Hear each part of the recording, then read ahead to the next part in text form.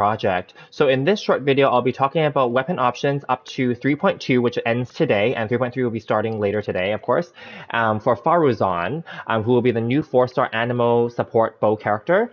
And she'll be releasing in phase 1 with the Wanderer and Aratagi Ito's banners. So on the screen, I'm using Kujosara as a placeholder because to me, they're very similar in their role. And yeah, because Kujosara obviously supports Electro characters and Raiden Shogun, and Faruzan's going to support the Wanderer and other Anemo DPS characters. Okay, so yeah, let's just get right to it, to the weapon options. I'm going to be very honest with you. I don't recommend any of the 5-star options for Faruzan, so we're going to skip all of the crit rate and crit damage weapons, because I don't believe that that's going to be her role.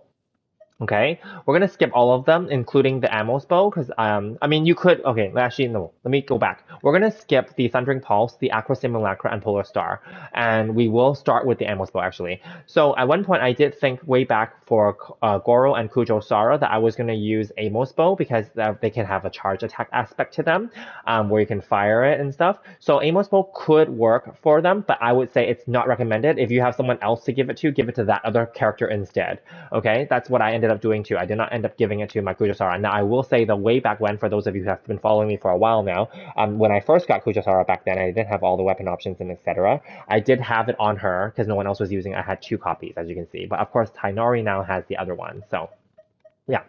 5-star weapon options. If you really, really want to give your Faruzan, like, you know, a 5-star weapon, and you somehow have an extra one, like myself, I have an extra Elegy down here that I didn't use yet.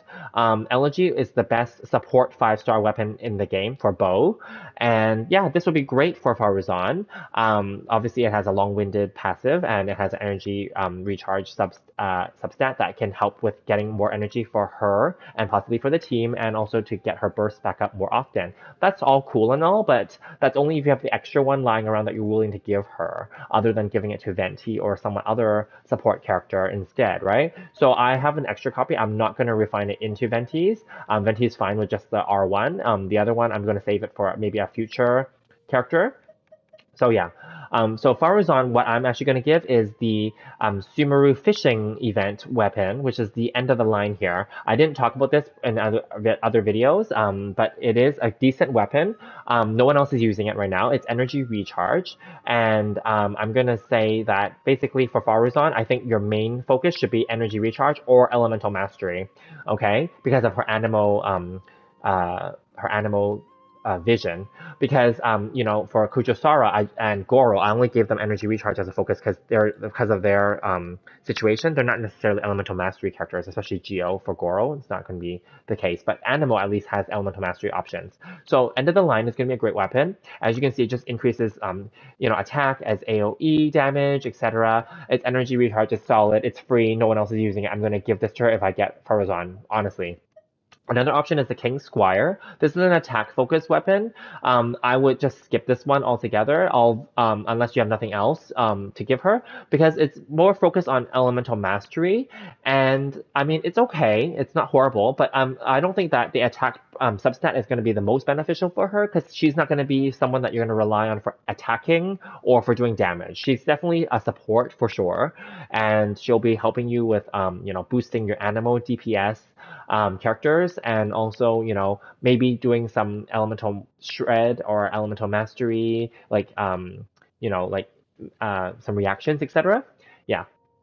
Okay, so Moten's Moon, although it is an attack bow, but if you happen to have one of these, this is a limited series, but it is a DPS bow in the sense that it's a burst-focused one. So if you have no one else using it, that's okay too. If you happen to have the Hamayumi, this is basically the craftable version of the Amos bow. I would just skip it unless you have no one else to give it to. This is great for, of course, in this case, Kujosara, but I found that, and if we forward a little bit, because not many people will have the Windbloom Ode. This is from 1.2, or 1.4, sorry, 1.4, and this is really old. But if you have no one else using Elemental Mastery bows, you can give that to her as well, because this is okay. But I found that Kujosara benefited better from the Fading Twilight, which I talked about way back when this was released in Yelan's patch. And this is an event exclusive weapon, but it's energy recharge. And I feel like Faruzan will be built the same as Kujosara and Goro as well, as you'll see for mine, that they're just using energy recharge weapons. That's why I'm going to lean more towards the end of the line being a good option. Of course, you have to fish to get this, and that takes forever, right? But if you have it, right? If you happen to have other, again, energy recharge weapons, give those to Faruzan, perhaps. Sacrificial Bow could work because then it can proc her skill twice, up to twice, so that's not a bad option as well. And then I would skip the Rust because I don't think you're going to do normal attacks with her. I would skip the Black Cliff because it's crit damage. The very doesn't have, this is a battle pass weapon, so this is like, why would you, I mean, if you have no one else using it, then fine, but it is a crit rate weapon. There is attack focus, damage focus, so again, I would skip it.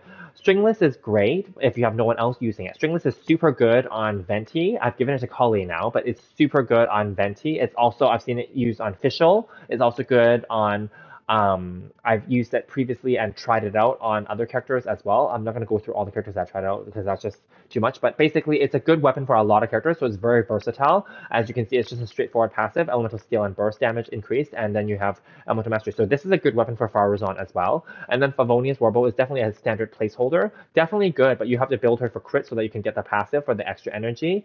I would skip the compound bow. And then I believe, yeah, Alley Hunter, I would probably skip that as well. I mean, it's okay, but it's a limited series weapon and not many people have it, so I would probably just skip it as well. Yeah, so I would just now quickly summarize this. So basically, I would recommend for 4-star characters, especially support characters, skip all the 5-star options. And in Faruzan's case, you can just focus on the energy recharge. So in my case, I'm going to give her the end of the line for energy recharge. If you happen to have Fading Twilight that you're not giving to Kujo-Sara, then give that to her as well. If you happen to have, the Stringless, give that.